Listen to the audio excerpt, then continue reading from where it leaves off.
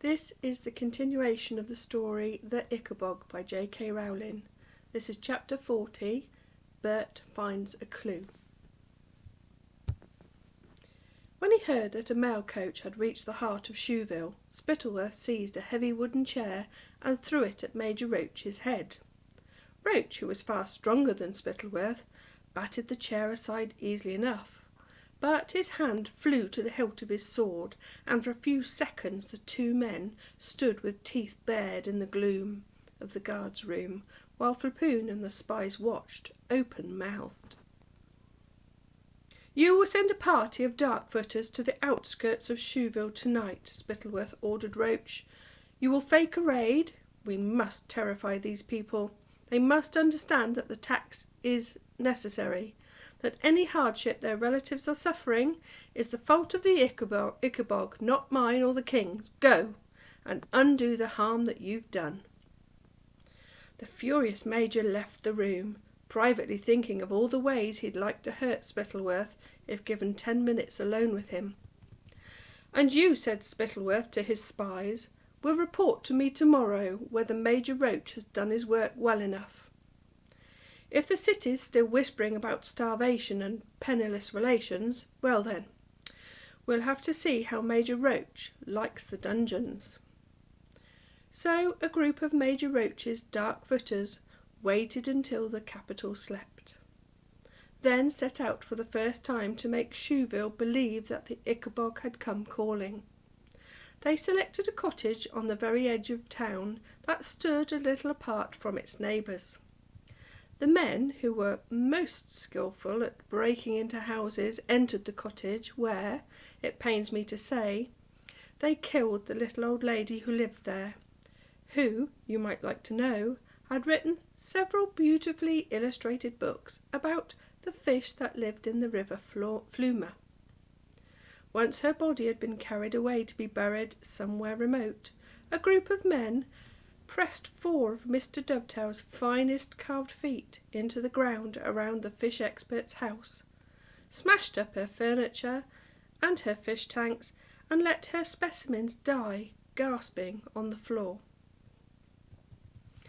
Next morning, Spittleworth's spies reported that the plan seemed to have worked. Shoeville, so long avoided by the fearsome Ickabog, had at last been attacked. As the dark-footers had now perfected the art of making the tracks look natural and breaking down doors as though a gigantic monster had smashed into them, and using pointed metal tools to mimic tooth marks on wood, the Shoeville residents who flocked to see the poor old woman's house were entirely taken in. Young Bert Beamish stayed at the scene even after his mother had left to start cooking their supper. He was treasuring up every detail of the beast's footprints and its fang marks, the better to imagine what it would look like when at last he came face to face with the evil creature that had killed his father, because he'd by no means abandoned his ambition to avenge him. When Bert was sure he had every detail of the monster's prints memorised, he walked home, burning with fury, and shut himself up in his bedroom, where he took down his father's medal for outstanding bravery against the deadly Ickabog, and the tiny medal the king had given him after he had fought Daisy Dovetail. The smaller medal made Bert feel sad these days. He'd never had a friend as good as Daisy since she'd left Puritania, but at least, he thought, she and her father were beyond the reach of the evil Ickabog. Angry tears started in Bert's eyes. He'd so wanted to join the Ickabog's defence brigade. He knew he'd have been a good soldier. He wouldn't even care if he died in the fight. Of course, it would be extremely upsetting for his mother if the Ickabog killed her son as well as her husband, but on the other hand, Bert would be a hero like his father. Lost in thoughts of revenge and glory, Bert made to replace the 2 medals on the mantelpiece, when the smaller of them slipped through his fingers and rolled away under the bed.